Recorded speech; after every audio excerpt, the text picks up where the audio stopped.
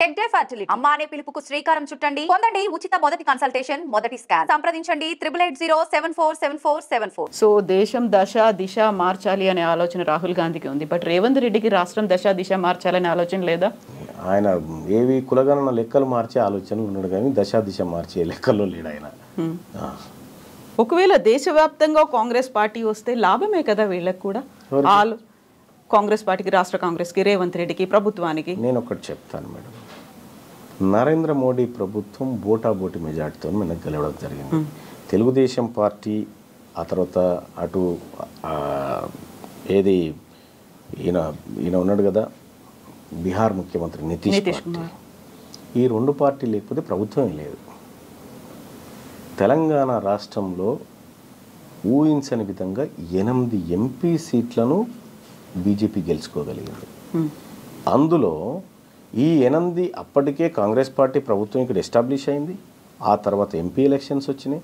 ఈ ఎంపీ ఎలక్షన్లో ఈ 8 సీట్లను గనక కాంగ్రెస్ పార్టీ కట్టడి చేయగలిగితే, ఇక్కడ రేవంత్ రెడ్డి గారు కట్టడి చేయగలిగితే ఇవాళ ప్రధానమంత్రి అక్కడ ఉండే పరిస్థితి లేకుండే నరేంద్ర మోడీ గారు. ఇవాళ మీరు సిట్టింగ్ ఎంపీగా ఉన్నటువంటి మల్కాజ్గిరి నియోజకవర్గం కాంగ్రెస్ ఓడిపోయింది. మీ సొంత నియోజకవర్గంగా ఉన్నటువంటి మహబూబ్ నగర్ పార్లమెంట్ను కాంగ్రెస్ ఓడిపోయి బీజేపీ గెలిచింది. మీరు ఇన్ఛార్జిగా ఉన్నటువంటి చేవెళ్ళ పార్లమెంట్ నియోజకవర్గంలో బీజేపీ గెలిచింది. అంటే ఇట్లా మీరు ముఖ్యమంత్రిగా ఉండి మీ స్థానాలని గెలిపించలేక భారతీయ జనతా పార్టీకి 8 సీట్లు ఇవ్వడం వల్ల ఇలా ఆయన ప్రధానమంత్రిగా ఉన్నాడు. మీరు కరెక్ట్గా పనిచేస్తే రాహుల్ గాంధీ గారే వచ్చేటోడు కదా. ఎజెండా ఉందా రేవంత్ రెడ్డికి పర్సనల్గా? ఉండొచ్చు, లేకుండా ఎట్లా ఉంటారు. ఇదే ఇవాళ ఇంకా అదే కాదు, కరీంనగర్ గ్రాడ్యుయేట్ ఎమ్మెల్సీ ఎన్నికలు జరుగుతూ ఉంటే రేవంత్ రెడ్డి గారు ఎవరైనా పోతే మన అభ్యర్థి అనుకుంటే, మా అభ్యర్థి మంచోడయా, చాలా ప్రజలకు సేవ చేస్తాడు, ఇతని వల్ల మంచి జరుగుతుంది, పట్టభద్రులకు మంచి జరుగుతుంది, మీ కష్ట సుఖాల్లో అండగా ఉంటాడు, నన్ను నమ్మండి, ఇతను కోటేయండి అని చెప్పాలి. కానీ నువ్వు కరీంనగర్లో మీటింగ్ పెట్టి ఈయన గెలిచినా ఓడిపోయినా పెద్ద సంబంధం లేదని చెప్పి అక్కడ భారతీయ జనతా పార్టీ అభ్యర్థి గెలుపుకు పరోక్షంగా సహకారం చేసినట్టే కదా. సీఎం కదా, ఇంటెలిజెన్స్ రిపోర్ట్స్ అవి ఉంటాయేమో, అక్కడ బీజేపీ క్యాండిడేట్కి మెజారిటీ వస్తుంది. అటువంటప్పుడు పోవడం దేనికి, పోయి మాట చెప్పడం దేనికి? ఇప్పుడు మీ అభ్యర్థి, మీరు పెట్టుకున్న అభ్యర్థి కన్నీళ్లు పెట్టుకొని నన్ను వీళ్ళందరూ కలిసి మోసం చేసినారని చెప్పే పరిస్థితి ఎందుకు వచ్చింది? ఎక్కడైనా కూడా ఈయన గెలిచినా గెలవకపోయినా పెద్ద ప్రాబ్లం లేదని చెప్పడం అంటే ఏందన్నట్టు దాని అర్థం. నువ్వు అమ్మ పెట్టది అడుక్కోనియదన్నట్టు ఆయన సంపాదించుకున్నటువంటి సానుభూతి అంతా కుప్పగూల్చొస్తుంది మీదకెళ్ళి. సిట్టింగ్ స్థానాన్ని కోల్పోవాల్సిన పరిస్థితి వచ్చింది కదా.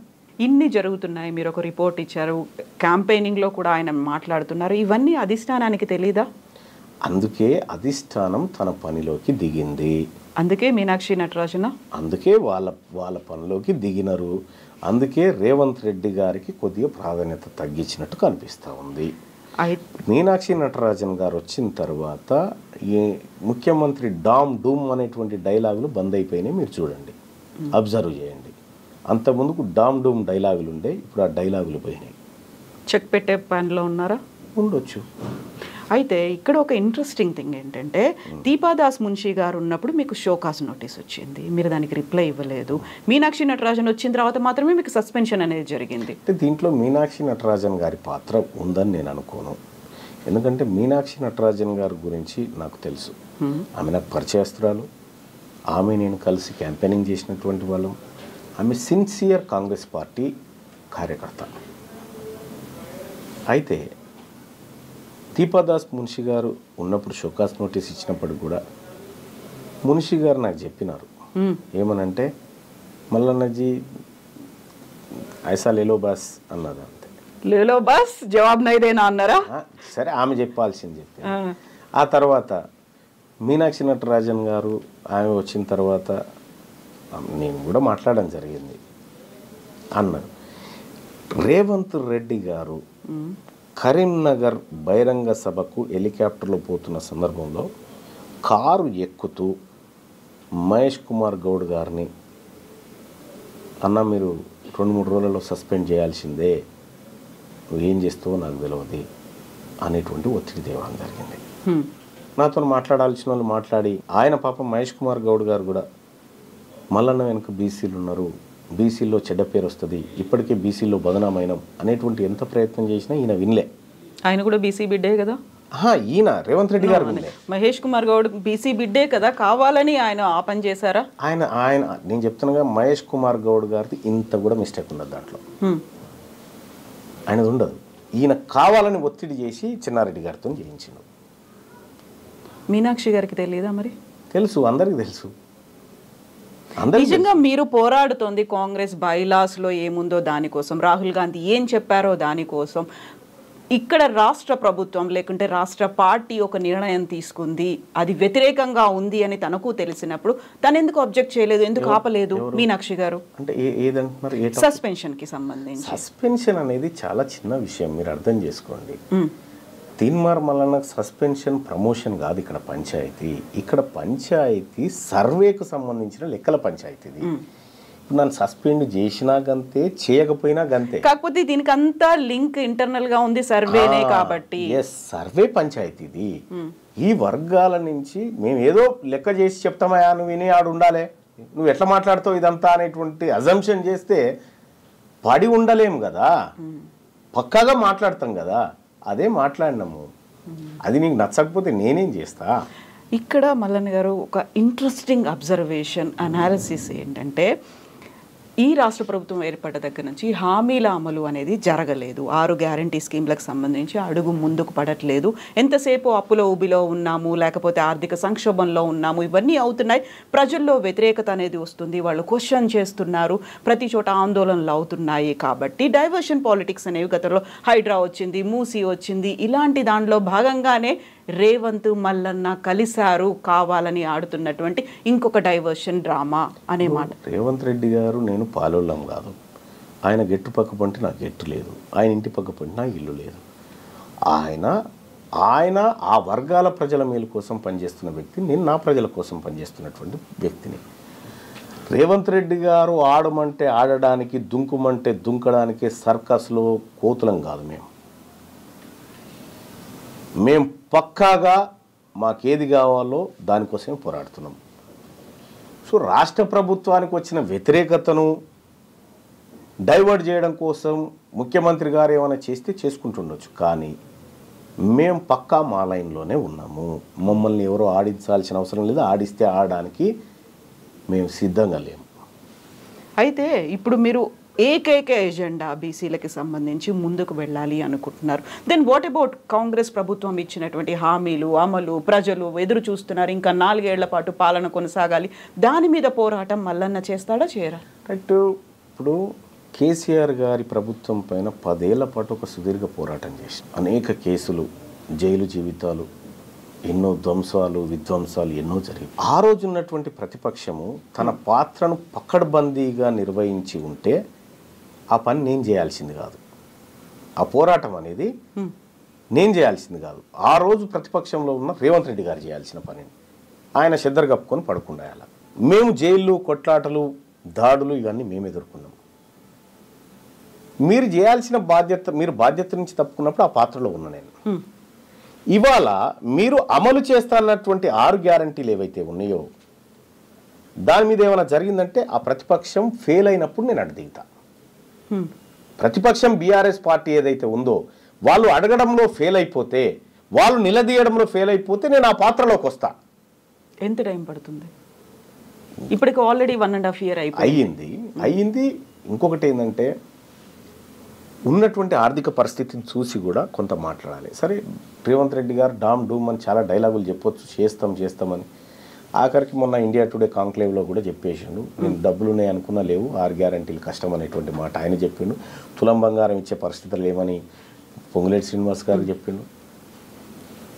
ఇట్లా వీళ్ళన్నీ చెప్తా ఉన్నారు. అంటే కొంచెం అంటే చేతులు పూర్తిగా పైకి ఎత్తకుండా కొంచెం ఎత్తుకుంటూ వస్తూ ఉన్నారు. పూర్తిగా ఎత్తినాడు మాట్లాడతారు. సో మీరు అన్నారు అప్పుడు పోరాటాలు చేసినప్పుడు విపరీతమైనటువంటి దాడులు జరిగాయి, కేసులు, అరెస్టులు. ఈసారి ఇప్పుడు మీరు 1.5 year అయినప్పటికీ చూసి చూడనట్టుగా వదిలేస్తున్నారు. కాబట్టి మీకు కీలకమైనటువంటి అంశం కాన్సెన్సస్ మేడం. మాకు ఈ 42% రిజర్వేషన్ ఆ పని చేస్తామంటున్నారు కదా. మేము దానికోసమే వర్క్ చేస్తాం. ఇప్పుడు మేము ఈ స్థాయిలో పోరాటం చేస్తున్నాం కాబట్టి ఈ కదలిక ఉంది. ఈ అంశాన్ని వదిలిపెట్టి, కీలకమైన అంశాన్ని వదిలిపెట్టి ఇప్పుడు వీటి గురించి పడ్డామనుకోండి, అసలైన అంశం మరుగున పడుతుంది. బట్ రెండింటిని బ్యాలెన్స్ చేయాల్సినటువంటి అవసరం ఉంది. ఇప్పుడు 42% అంటున్నారు, ఇక్కడ 100% ప్రజల కోసం కూడా పోరాడాలి కదా మీరు. అది దానికి ఒక పక్షం ఉంది. ఇప్పుడు అంటే ప్రతిపక్షం అనేది, ప్రజాస్వామ్య దేశంలో ప్రతిపక్షం అనేది చాలా ఇంపార్టెంట్. వాళ్ళు వాళ్ళ పాత్రను నిర్వర్తించడంలో ఫెయిల్ అయినప్పుడు ప్రజలే ప్రతిపక్షంగా మారుతారు. సో చాలా కంట్రీస్లో అదే జరిగింది. ఇక్కడ కూడా బీఆర్ఎస్ పార్టీ ఈ ప్రభుత్వాన్ని నిలదీయడంలో కానీ ప్రశ్నించడంలో కానీ ఫెయిల్ అయినప్పుడు ఆ పాత్రలోకి వెళ్తాము. ఇప్పుడు కొంత ఏదో వర్క్ చేస్తున్నారు, వాళ్ళు వర్క్ చేస్తున్నారు. అంతో ఇంతో కొంతైనా 100% కాదా? 100% అని నేనేం అనుకోవట్లేదు, కానీ వాళ్ళకు ఉండాల్సినటువంటి లొసుగులు వాళ్ళకున్నాయి, చేయడంలో ప్రయత్నం చేస్తూ ఉన్నారు. సో చేయని కానీ మా వర్గాల గురించి మాట్లాడడానికి వీళ్ళు రెడీగా లేరు కదా. మేము ఉన్నాం కాబట్టి మేము ఈ కార్యక్రమం చేస్తూ ఉన్నాం. 42%కి సంబంధించి ఇప్పుడు చట్టబద్ధత కల్పించాలి అనే ఉద్దేశంతోనే అసెంబ్లీ సెషన్స్ అనేవి జరుగుతున్నాయి. మొన్న 3 days పాటు జరిగాయి, ప్రత్యేక అసెంబ్లీ సమావేశాలు జరిగాయి. దీంతో పాటుగా ఖచ్చితంగా స్థానిక సంస్థల్లో మేము రిజర్వేషన్ కల్పిస్తాము అనే మాట చెప్తున్నారు.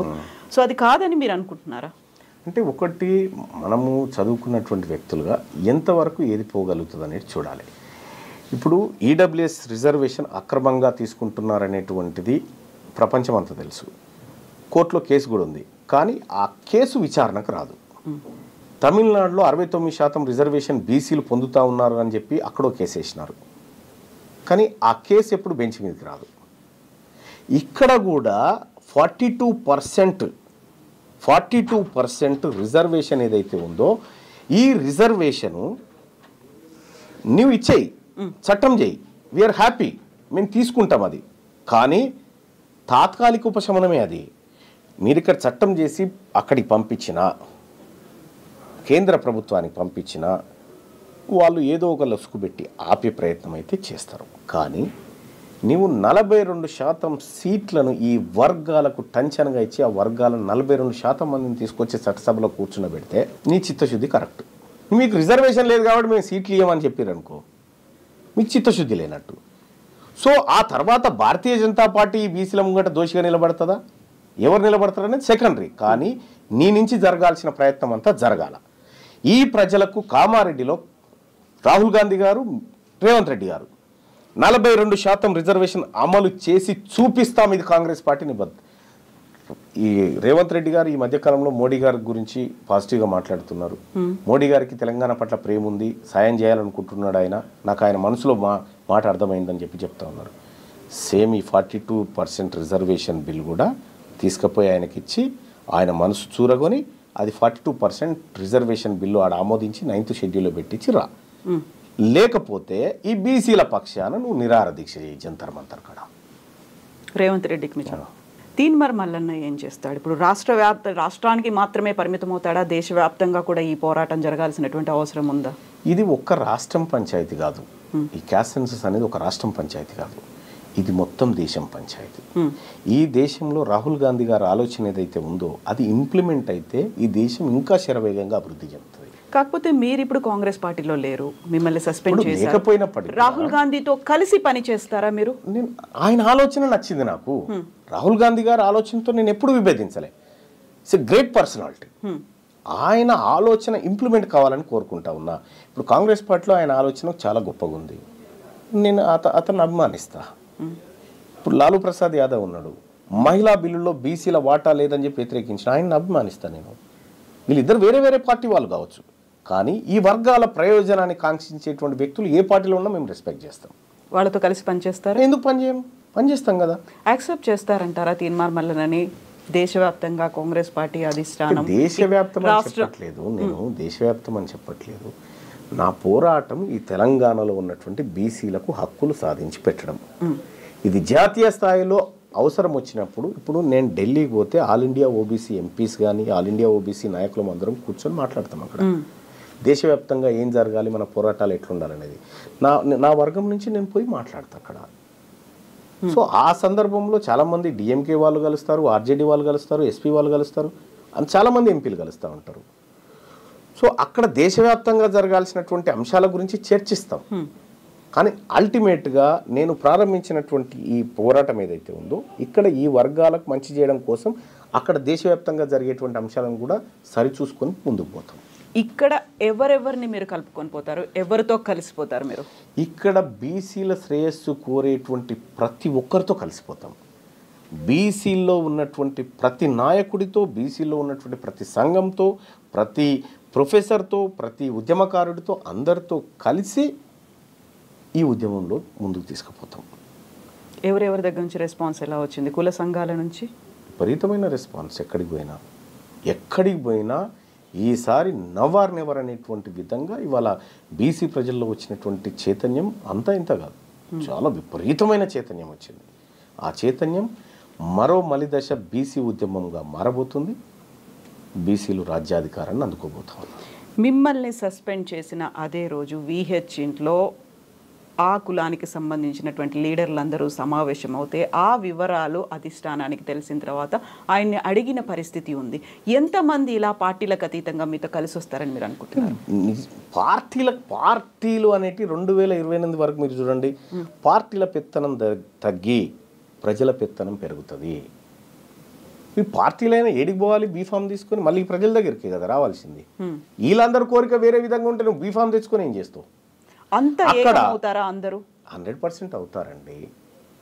ఆ డౌట్ బీసీలకు లేదా? ఆ డౌట్ ఏకమవుతున్నాం అనేటువంటి ఆనందం బీసీలలో ఉంది. ఏకమవుతున్నాం అనేటువంటి ఆనందం బీసీలలో ఉంటే కొంతమందికి సహజంగా వీళ్ళు నచ్చనటువంటి వాళ్ళు ఏకమవుతారా, ఈ కలుస్తారా, వీళ్ళకి పంచాయతీ ఉందనేటువంటి వాళ్ళు సహజంగానే చేస్తారు. ఇన్నేళ్ళుగా చేసుకుంటూ వచ్చింది అది. ఇవాళ బీసీలమంతా ఏకమైనం కాబట్టే ఎమ్మెల్సీ ఎన్నికల్లో 25% మంది బీసీలను మా ఉద్యమం వైపు తిప్పి 5,200 ఓట్లు 24,000 సంపాదించగలిగినాం. బీసీలమంతా ఒక్కటైనం కాబట్టే ఇవాళ 60,000 ఓట్లను అక్కడ కరీంనగర్ పట్టభద్రుల ఎమ్మెల్సీ ఎన్నికల్లో సాధించగలిగినాం. ఇలా బీసీల నుంచి ఆకాంక్ష వచ్చింది కాబట్టే 5 ఎమ్మెల్సీ స్థానాల్లో 3 అనివార్యంగా బీసీలకు ఇవ్వాల్సినటువంటి పరిస్థితి క్రియేట్ చేయగలిగినాం. మీరు చెప్పినటువంటి ఆ 3 ఏళ్ల కాలం సరిపోతుందంటారా? సరిపోతుందండి, సరిపోతుంది. ఒకప్పుడు మనకు ఢిల్లీ ఎర్రకోట మీద జెండా ఎగిరేస్తే 3 రోజులకు మనకు ఇక్కడికి అది మెయిల్ ద్వారా వచ్చి ఆ ఫోటో పత్రికల్లో ముద్రించి 3 రోజులు పట్టేది. ఇవాళ వాట్సాప్, ఇవాళ సోషల్ మీడియా, ఇవాళ అవేర్నెస్ చేసుకోవడానికి అరక్షణంలో ఈ తెలంగాణ రాష్ట్రంతో కనెక్ట్ కావచ్చు. అటువంటి టెక్నాలజీ ఉన్నటువంటి ఈ రోజుల్లో ఖచ్చితంగా 3 ఏళ్ళు కూడా ఎక్కువే. ఇప్పుడు ఇంతమంది సీనియర్ లీడర్లు ఉన్నారు, బీసీలకు సంబంధించి కుల సంఘాల నేతలు ఉన్నారు, ఇంతమంది. తీన్మార్ మల్లన్న ఒక యువకుడు, వాళ్ళందరికంటే చిన్నవాడు, రాజకీయాల్లోకి కొత్తగా వచ్చిన వాడు అనుకోవచ్చు. సో సపోర్ట్ చేస్తారా, కలిసి వస్తారా మీతో? ఇప్పుడు బిర్సా ముండా అని ఒక ఆదివాసీ యుద్ధ వీరుడు ఉన్నాడు. 21 ఏళ్ళకే అతన్ని చంపేశారు. కానీ వాళ్ళ బిర్సా ముండా చనిపోయి కొన్ని దశాబ్దాలు అవుతా ఉంది. ఆ యోధుడి పోరాటాన్ని స్మరించుకుంటూ ఆ జాతులన్నీ నివాళులర్పించి ఇవాళ భారతదేశమే, భారత ప్రభుత్వమే ఆయన గుర్తింపునిచ్చి కార్యక్రమం చేస్తూ ఉంది. ఏజ్ ఏంది నాకు అర్థం కాదు. నువ్వు మంచి చేయడానికి ఏజ్ కాదు కావాల్సింది, మంచి చేయడానికి సంకల్పం కావాలా, మంచి చేయడానికి నీకు ఆలోచన కావాలా. ఏజ్తో సంబంధం లేదండి. వాళ్ళ దీవెనలన్నీ ఉన్నాయా మీకు? 100%. వాళ్ళంతా మా పెద్దవాళ్ళు. మా జాతుల కోసం వివిధ స్థాయిలో పోరాటం చేసినటువంటి బీసీ నాయకత్వం అంతా ఉంది. వాళ్ళందరి ఆశీస్సులు ఉన్నాయి. వాళ్ళందరి ప్రేమ అభిమానాల వల్లనే వాళ్ళ ఆలోచన మేరకే ముందుకు పోతా ఉన్నాం మేమంతా. కాకపోతే ఇప్పటిదాకా ఈ బీసీ కుల సంఘ నేతలు కావచ్చు, నాయకులు కావచ్చు, అక్కడక్కడ కనిపిస్తున్నారు. డిఫరెంట్ పార్టీలో ఉన్నారు, లేకుంటే విడిగా ఉన్నారు, పోరాటాలు చేస్తున్నారు. ఐక్యంగా పోరాటం అంటే ఇప్పుడు బీసీ శంకరావమో ఎక్కడో మన పరేడ్ గ్రౌండ్స్లోనో, నాంపల్లి ఎగ్జిబిషన్ గ్రౌండ్స్లోనో ఎక్కడో మాత్రం జరిగేది తప్ప ఒక ఏకంగా అయి ఉద్యమంగా ఒక పోరాట రూపంగా ముందుకెళ్ళింది ఇప్పటిదాకా కనిపించలేదు కదా అంత తీవ్ర స్థాయిలో. ఇప్పుడు కనిపిస్తుంది కదా. ఇప్పుడు గ్రామీణ స్థాయిలో ఒక నలుగురు కూర్చొని ఒక చర్చ పెట్టుకుంటున్నారంటే బీసీల గురించి మాట్లాడుకుంటా ఉన్నారు. ఏమీ లేదండి. ఉద్యమం అంటే ఎక్కువ మంది ప్రజలు ఒక అంశం పైన ఎక్కువ చోట్ల మాట్లాడుకోవడమే ఉద్యమం. ఈ ఉద్యమానికి నేను ఇస్తున్నటువంటి నిర్వచనం ఇది. ఒకే అంశం పైన ఎక్కువ మంది ప్రజలు ఎక్కువ చోట్ల మాట్లాడుకోవడమే ఉద్యమము. అది జరుగుతుంది ఇవాళ. అది జరుగుతుంది, అది గుర్తించినాయి కాబట్టే ఇలా బీఆర్ఎస్ పార్టీ బీసీ ఆయనకి ఎమ్మెల్సీ ఇవ్వాల్సి వచ్చింది, కాంగ్రెస్ పార్టీ బీసీ ఆయనకి ఎమ్మెల్సీ బీసీ మహిళకి ఇవ్వాల్సి వచ్చింది, అటు సిపిఐ పార్టీ బీసీ ఆమెకి బీసీ క్యాండిడేట్కి ఇవ్వాల్సి వచ్చింది, ఇటు బీజేపీ పార్టీ మల్క కుమరే బీసీకి బీఫామ్ ఇవ్వాల్సి వచ్చింది. ఇదంతా జరుగుతుంది కాబట్టే ఇస్తా ఉన్నారు. ఇది జరగకపోతే వాళ్ళు ఎందుకు ఇస్తా ఉండే? సో ఇప్పుడు ఈ ఉద్యమాన్ని తీసుకొచ్చి ఒక అడుగు ముందుకు పడింది అనుకున్నప్పుడు కాంగ్రెస్ పార్టీ ఇచ్చినటువంటి లేటెస్ట్గా ఎమ్మెల్సీ అభ్యర్థుల ప్రకటన ఎట్లా అనిపిస్తుంది? స్వాగతిస్తున్నాం. పొరపాట్లు సరిదిద్దుకుంటున్నారు, స్వాగతిస్తున్నాం. ఒక్క నల్గొండకు సంబంధించి 5 ఎమ్మెల్సీలు అనౌన్స్ చేస్తే 4 నల్గొండ వాళ్ళే ఉన్నారు. మీది నల్గొండే? మాది నల్గొండే. కానీ ఇదే ఉమ్మడి నల్గొండ జిల్లాలో 12 ఎమ్మెల్యే స్థానాలుంటే 12లలో 8 మంది రెడ్లు తీసుకున్నారు. మరి మీ యాంకర్స్ అందరు అడగాలి కదా, ఒక్క నల్గొండ నుంచి 8 మంది రెడ్లు ఎమ్మెల్యేలు ఉంటారా అని వాళ్ళని అడిగినప్పుడు బాగుంటుండే. ఇవాళ ఈ నల్గొండ జిల్లా బిడ్డలకు, పోరాటం చేసినటువంటి బిడ్డలకు కొంత అవకాశాలు దొరుకుతున్నప్పుడు కొద్దిగా స్వాగతించాలి అందరూ కూడా. సో గతంలో ఇలాంటి పోరాటాలు నల్గొండకి సంబంధించి అద్దంకి దయాకర్ కూడా చేసిండ్రు. ఆ తర్వాత చాలా కాలం ఆయన ఎదురు చూసిండు. ప్రతిసారి నిరాశే, ఆయన ఒక్కోసారి ఏడ్చినటువంటి సంఘటనలు కూడా ఉన్నాయి. ఇప్పుడు అల్టిమేట్గా ఆయనకు అభ్యర్థిగా అనౌన్స్ చేసింది. హ్యాపీ ఫీల్ అవుతున్నారా? సాటిస్ఫైడ్? సంతోషం. తోటి ఉద్యమకారుడు, పేదవాళ్ళ మంచి కోరుకునేటువంటి బిడ్డ అద్దంకి దయాకర్, ఆయనకి ఇవ్వడం మంచిది. ఇంకో డిమాండ్ కూడా ఐటమ్స్ చేస్తూ ఉన్నా, మా బిడ్డ, మా వర్గాల బిడ్డ విజయశాంతికి ఎమ్మెల్సీయే కాదు మంత్రివర్గంలో తీసుకొని హోమ్ మినిస్టర్ ఇస్తే కూడా మాకు మంచిది. అయితే ఆమె ఇంతకాలం ఎక్కడుంది? అసలు కనిపించలేదు. ఆమెకి సడన్ గా పాపప్ అయ్యారు, పేరు వచ్చింది, ఆయన క్యాండిడేట్ గా అనౌన్స్ చేశారు అనేటువంటి వాదన కాంగ్రెస్ లోనే వినిపిస్తుంది. ఒక విషయం చెప్తా ఉన్నా, విజయశాంతి గారు కనిపించకుండా పోయారు. ఆమె పోరాటం చేసినప్పుడు ఎక్కడున్నారండి? ఆమె తల్లి తెలంగాణ పార్టీ పెట్టి తెలంగాణ కోసం ఉద్యమాన్ని నిర్మించాలనుకుంది. ఆ తర్వాత తన పార్టీ పోయినా పర్వాలేదు, రాష్ట్రం వస్తే చాలని చెప్పి ఆ పార్టీని తీసుకుపోయి టీఆర్ఎస్ పార్టీలో విలీనం చేసి ఎంపీగా గెలిచి పార్లమెంట్లో మహిళా సింహం లెక్క నిలబడి బిల్లు పాస్ చేయించినటువంటి బిడ్డ విజయశాంతి. అవన్నీ గుర్తుకు రావా? ఆమె ఏం చేసిందంటే ముఖ్యమంత్రి కావడానికి అర్హత ఉన్నటువంటి బిడ్డ ఆమె. తెలంగాణ రాష్ట్రానికి ముఖ్యమంత్రి కావడానికి అర్హతలున్న బిడ్డ విజయశాంతి. అయితే ఇంతకాలం ఎందుకు కనిపించలేదు? అంటీ ముట్టనట్టుగా ఉన్నారు, పార్టీ వ్యవహారాలు, లేకపోతే అస్త్ర సన్యాసం చేశారేమో అనేటువంటి ఒక డౌట్ కూడా వచ్చింది. నెవర్. ఆమె త్యాగం చేసింది. మెదక్ ఎంపీ సీటును అడిగింది. అధిష్టానం ఆమెను ఒప్పించి ఆమెను క్యాంపెయినింగ్కు దింపి ఆమె సేవలను అధిష్టానం తీసుకుంది. ఆ సమయంలో మీకు ఎమ్మెల్సీ ఇస్తాం అని చెప్పి ఆమె చెప్పడంతో ఆమె క్యాంపెయినింగ్ చేసి ఆమె ప్రయత్నం ఆమె చేసి ఇవాళ ఎమ్మెల్సీ తీసుకుంటుంది. ఎమ్మెల్సీ మాత్రమే కాదు, మేము మా జాతుల బిడ్డ కాబట్టి చెప్తా ఉన్నాం, ముఖ్యమంత్రి పదవికి అర్హురాలు. మినిమం మంత్రి పదవి అన్న ఇప్పుడు ఆమెకి ఇవ్వాలి. సో ఎందుకని చేయలేకపోయారని మీరు అనుకుంటున్నారు? ఏమని? ముఖ్యమంత్రి పదవికి అర్హురాలు, కనీసం మంత్రి అయినా చేయండి అంటే ఎందుకు జరగలేదు? ఎవరు చేస్తారని అనుకుంటాం. ఇప్పుడే ఇంకా ఎమ్మెల్సీ కూడా 1.5 year గ్యాప్ వచ్చింది. తన ఎంపీ అడిగినప్పుడు ఎంపీ ఇవ్వలేదు, ఆ తర్వాత కొంచెం దూరం అయ్యారు. దూరం ఏం కాలేదు. ఆమె ఇప్పుడు రాహుల్ గాంధీ కుటుంబానికి లాయల్గానే ఉంది. ఒరిజినల్గా రాహుల్ గాంధీ కుటుంబాన్ని, సోనియా గాంధీ గారిని బాగా గౌరవిస్తుంది. ఆమె గౌరవించేటువంటి బిడ్డ. వాళ్ళ ఆదేశాల మేరకు ఆమె స్తబ్దుగా ఉండొచ్చు. ఇప్పుడు అందరూ కలిసి రావాలి అనుకున్నప్పుడు పార్టీలు ఏం చేస్తున్నాయి? బీఆర్ఎస్ పార్టీ చిత్తశుద్ధి ఏంటి బీసీకి సంబంధించి అనుకున్నప్పుడు అక్కడ అందరూ కలిసి కూర్చొని మాట్లాడుకోవడం, కుల సంఘాల పెద్దలను పిలవడం అనేది వెరీ ఫస్ట్ పర్సన్ కవిత పిలిచారు. తనకు కావాల్సినటువంటి డీటెయిల్స్ అన్ని కులగణనకి సంబంధించి ఇచ్చారు. మీరు అడుగుతున్నారు ఎవరేం చేశారు అనేది. ఇప్పటిదాకా కులగణనకు సంబంధించి రౌండ్ టేబుల్లో అయ్యాయి, మెమరాండం ఇచ్చారు. ఆ తర్వాత ఏం జరగాలి అనే దాని మీద కంటిన్యూస్గా ఫాలోఅప్లు అవుతున్నాయి, ప్రెస్ మీట్లు పెడుతున్నారు. అండ్ బీఆర్ఎస్లో కూడా అలాంటి ఒక కదలిక అనేది ముందుకు వచ్చినట్టుంది. వాళ్ళు చిత్తశుద్ధి ఉంది వాళ్ళకి, వాళ్ళని కూడా మేము కలుపుకుపోతాం అంటారా మీరు? నేను ఒక మాట చెప్తున్నానండి. టీఆర్ఎస్ తెలంగాణ రాష్ట్ర సమితి అని ఉండే, దాన్ని మనం జాతీయ పార్టీగా బీఆర్ఎస్ అని చేసుకున్నాం, భారత రాష్ట్ర సమితి.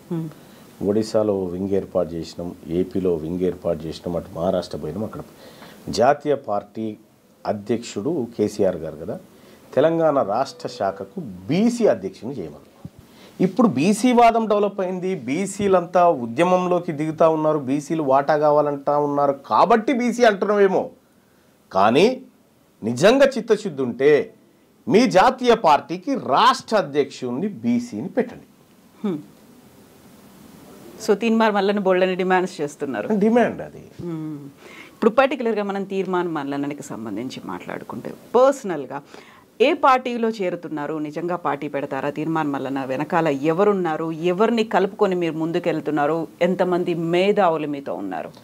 ఇప్పుడు నా సస్పెన్షన్ తర్వాత మీడియా విపరీతంగా జనసేన పార్టీ అధ్యక్షుడు అవుతున్నాడు మల్లన్న అని, తెలుగుదేశం పార్టీ అధ్యక్షుడు అవుతున్నాడు మల్లన్న అని, సొంత పార్టీ పెడుతున్నాడు మల్లన్న అని, బీజేపీలో చేరుతున్నాడు మల్లన్న అని, మీ వెనకాల బీఆర్ఎస్ పార్టీ కూడా ఉంది, వాళ్ళు కూడా ఫోన్లు చేస్తున్నారు అనేది విషయం ఏంటంటే ఈ అన్ని వాళ్ళు అనుకున్నటువంటి అంశాలు. నేను మొన్న సోమాజిగూడ ప్రెస్ క్లబ్లో మీటింగ్ పెట్టిన పిదప చెప్పిన క్లియర్గా, నేను బీసీ ఉద్యమాన్ని నిర్మించేది ఉంది, బీసీల్లో మరింత చైతన్యవంతం చేసి వాళ్ళని కథన రంగంలోకి తీసుకొచ్చేటువంటి పని ఉంది. నేను ఏ పార్టీలో చేరడానికి ఈ కార్యక్రమాలు చేయట్లేదు, ఏ పార్టీలో చేరనిప్పట్లో అని చెప్పిన. పార్టీ పెడుతున్నారా? పార్టీ ఇప్పుడు కాంగ్రెస్ పార్టీ బీసీ ముఖ్యమంత్రిని చేస్తాను ముందుకొచ్చి, బీఆర్ఎస్ పార్టీ బీసీ ముఖ్యమంత్రి అని ముందుకొచ్చి, బీజేపీ పార్టీ బీసీ ముఖ్యమంత్రి అని ముందుకొచ్చి ఇక మేమే చేస్తున్నాం కదా అనేటువంటి మాట చెప్తే ఆలోచిస్తాం. లేదు మేము ఈ పార్టీలు ఉన్నది మమ్మల్ని సీఎం చేసుకోవడానికి, బీసీలారా మీ పార్టీ మీరు పెట్టుకోరని చెప్పి వీళ్ళు ఒక అనివార్యత క్రియేట్ చేస్తే అప్పుడు ఆలోచిస్తాం. సో ఇంత పెద్ద ఎత్తున ఉద్యమం 3 ఏళ్ల పాటు జరగాల్సినటువంటి పోరాటం అంతా చేయడానికి ఆర్థిక బలం, అంగబలం అనేది ఉండాలి. తీన్మార్ మల్లన్నకు ఉందా అదంతా? మీరు చేసే పని నిజాయితీ నీతితో కూడుకున్నదైతే అన్నీ వస్తాయి.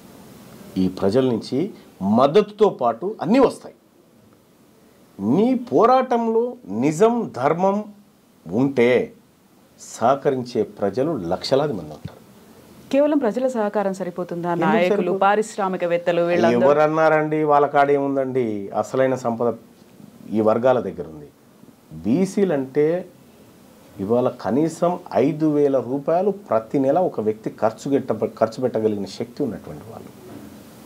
2 కోట్ల మంది బీసీలు ఒక నెలలో 5,000 రూపాయలు ఖర్చు చేస్తే 10,000 కోట్ల రూపాయలు ఎకానమీకి జమ చేసేటువంటి శక్తి బీసీల దగ్గర ఉంది. ఒక ఏడాదికి 1,20,000 కోట్ల రూపాయలు ఎకానమీకి జమ చేసే శక్తి వీళ్ళ దగ్గర ఉంది. అంతకుమించిన శక్తి ఏముంది? ఇంకా అది కాకుండా ఇంకా వీళ్ళ దగ్గర ఏముంది? కాకపోతే మల్లన్న గారు, ఇప్పుడు మీరు చేసినటువంటి అబ్జర్వేషన్ కావచ్చు, ఇన్నేళ్ల పాటు కనిపించినటువంటి ఎక్స్పీరియన్స్ కావచ్చు, ఇవన్నీ చూసిన తర్వాత ప్రజలు మేము నాయకులు అవ్వాలని కోరుకుంటున్నారా? అప్పటిదాకా ఉన్నటువంటి పారిశ్రామికవేత్తలో, అధికారంలో ఉన్న మంత్రులో, లేకపోతే అధికారులో వాళ్ళంతట వాళ్ళే మేము నాయకులుగా ఎమర్జ్ అవ్వాలని కోరుకుంటున్నారా? మీ అబ్జర్వేషన్ ఏంటి? ఈ కదలిక అనేది సామాన్య ప్రజల్లో కూడా కనిపించిందా? ఎస్, కనిపించిందండి. బీసీలో బహుశా నా ఫోన్లో ఉన్నది, ఒక ఆర్టీసీ బస్ ఎక్కిండ్రు ఒక ఆయన. ఆర్టీసీ బస్ ఎక్కి మిగతా ప్రజల్ని వీడియో తీసి అడుగుతున్నాడు, అమ్మా మీకు తీన్మార్ మల్లన్న తెలుసా అంటే, తెలుసు, మన బీసీల కోసం కొట్లాడుతుండగా బిడ్డ అని ఒక ఆమె చెప్తా ఉంది. కొట్లాడాలా వద్దా అని అంటే ఆమె చెప్తా ఉంది, మనకి ఇంత అన్యాయం అయిందని నాకు కూడా తెలియదు బిడ్డ, ఆయన చెప్పినాకనే అర్థమైంది, కొట్లాడాలని చెప్తా ఉంది.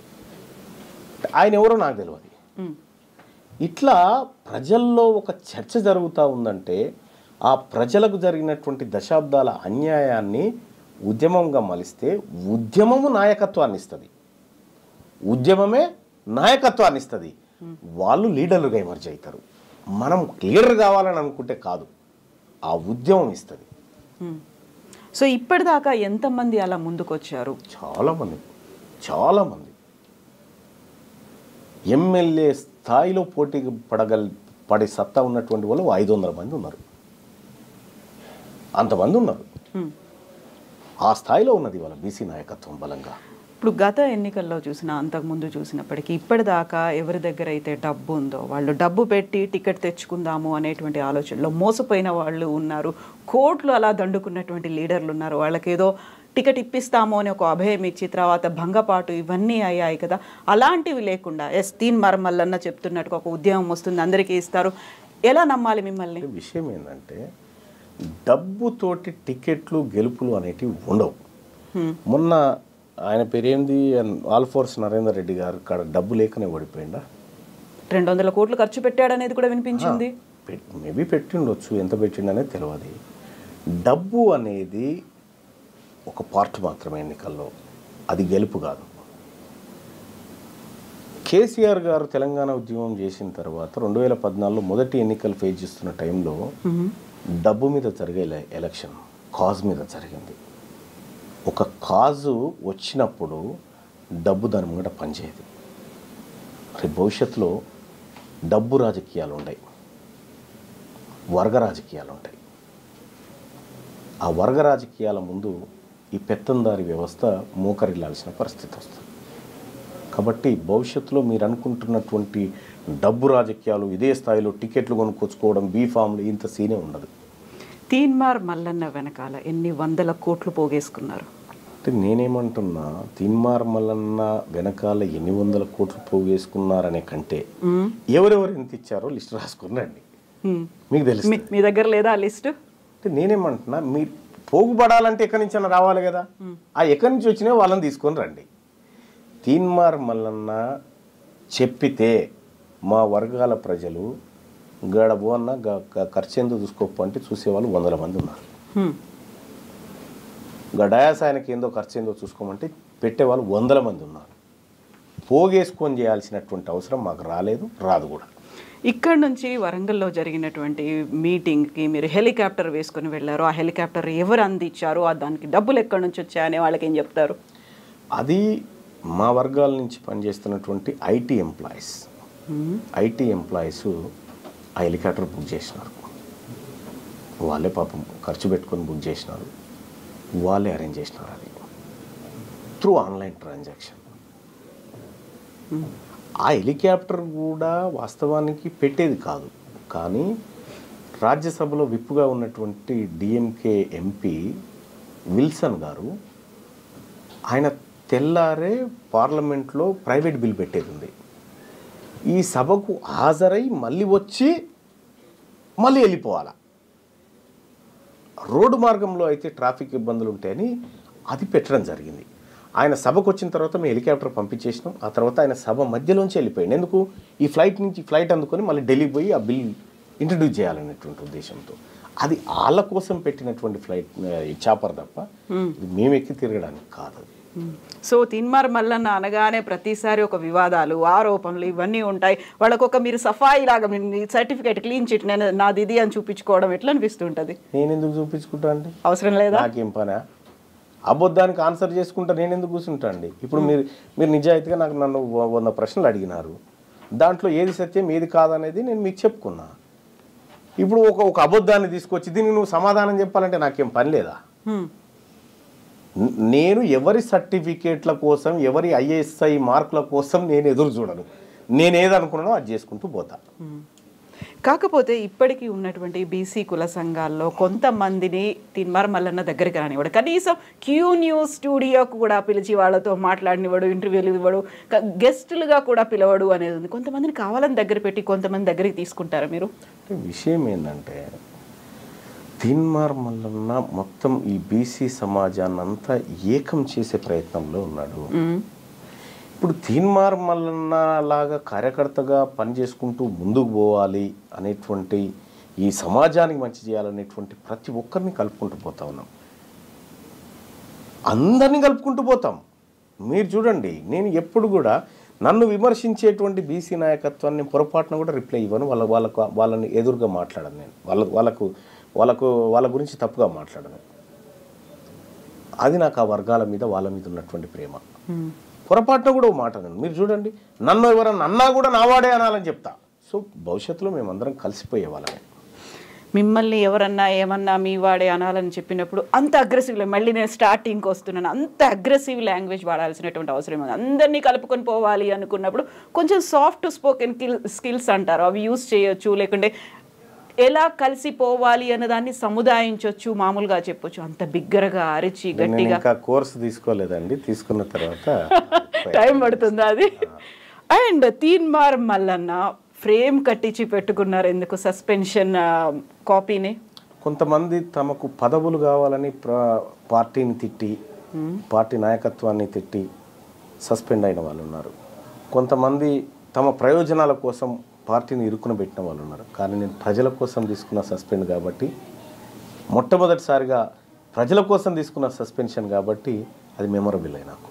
సో అదొక అచీవ్మెంట్ అంతే కదా. తీన్మార్ మల్లన్న, చింతపండు నవీన్, ఏ పేరు ఎక్కువ ఇష్టం మీకు? తీన్మార్ మల్లన్నగా ఇష్టం. ఎందుకు? ఎందుకంటే ప్రజలకి ఆ పేరుతో నేను కనెక్ట్ అయినా కాబట్టి ఆ పేరు అలా ఉండాలని కోరుకు. మార్చుకున్నట్టున్నారు అలాగే? గజెట్లో కూడా మార్చడం జరిగింది, చాలా 10 ఏళ్ల కింద మార్చాం. ఇప్పుడు చింతపండు నవీన్ అని ఎవరైనా అంటే మిమ్మల్ని ట్రోల్ చేస్తున్న వాళ్ళకి మీరు ట్రోల్ ఏముందండి? మా అమ్మ నాన్న, మా ఇంటి పేరు చింతపండు, మా అమ్మ నాన్న పేరు పెట్టిన నవీన్ కుమార్ పేరు, అది ట్రోల్ ఏముందండి? అది నాకు అర్థం కాలే. సో మీరు చూసుంటారు కదా సోషల్ మీడియాలో ఎంత ట్రోల్ అవుతుంది చింతపండు నవీన్ అనగా. నాకు సోషల్ మీడియాను చూసి ఎంత ఓపిక ఉండదు మరి. బట్ యా, నాకు ఆ ఓపిక ఉండదు, నేను ఆ టాపిక్లో రాను. నాకు రానటువంటి అంశం గురించి నాకు చర్చే లేదు కదా. సోషల్ మీడియాలో ట్రోలింగ్స్ చూడను అనుకున్నప్పుడు వరంగల్ సభలోనే అంత పరుషంగా ఎవరో ఏదో కామెంట్ చేశారో ఆ పేరు అందించారు. మరి దానికి ఎందుకు రియాక్ట్ అవ్వాలి అంతగా? అంటే ఒకటి, మేము బీసీలంతా మాది తాగాలి అని చెప్పినప్పుడు ఆత్మగౌరవం ఉన్న బీసీలు కాదు, చేసి తాగుతాం సార్ అని చెప్పాలా? కాకుండా ఆయన ఎవరో తెలియదు, అనానిమస్ ఎవరో అలా కామెంట్ చేసేసారు. ఇప్పుడు ఆయన తెలియదు, వెనకాల రెడ్డి అని ఉంది కాబట్టి ఆయన తెలియదు.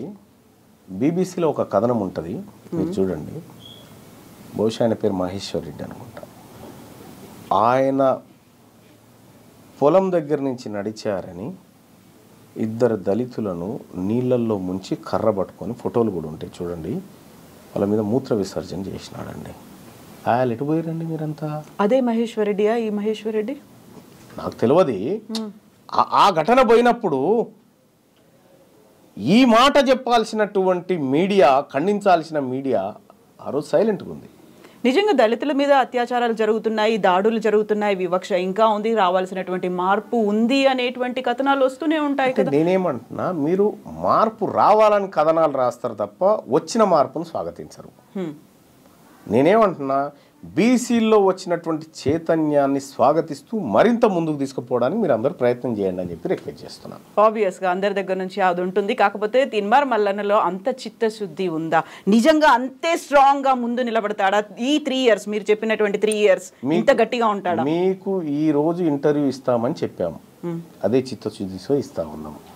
తీన్మార్ మల్లన్న ఏ మాట అయితే చెప్తాడో ఆ మాట కోసం ప్రాణం పనంగా పెట్టాను, నిలబడతాం. ఇంటర్వ్యూ ఇవ్వడం వేరు, ఆ మాట కోసం నిలబడడం వేరు. ఇన్ని లక్షల మందిని ఏకం చేసి 50కి పైగా ఉన్న కులాలని సమీకరణ చేసి అందరితో కలిసి ముందుకెళ్ళి పోరాటం చేసి మీరు ఇప్పుడు చెప్పినటువంటి అగ్రకులాలు లేకుంటే పార్టీలు, ప్రభుత్వం, వీటన్నిటి మీద మీరు పోరాడాలి, ముందుకెళ్ళాలి అంటే ఇప్పుడు ఒకటి ఏంటంటున్నా, నేను నా ఏజు 42 సంవత్సరాలు, నేను చదువుకున్నా, నేను ప్రజాక్షేత్రంలో యుద్ధంలో ఉన్నా, నేను పత్రికల్లో పనిచేసిన, నేను అనేక మంది పేద వర్గాలు ఇక్కడికి వస్తే చిన్న చిన్న పిల్లలకు ఆపరేషన్లు చేయించి చదివిపించుకుంటూ, పేదవాళ్ళకి ఇల్లు నిర్మించుకుంటూ, ఉపాధి కల్పించుకుంటూ, ఇవన్నీ మరి నేను ఒక్కనే చేయగలుగుతున్నా కదా. అంటే నీవు చేసే పనిలో చిత్తశుద్ధి ఉంటే సాధ్యం కానిదంటూ ఏది లేదు.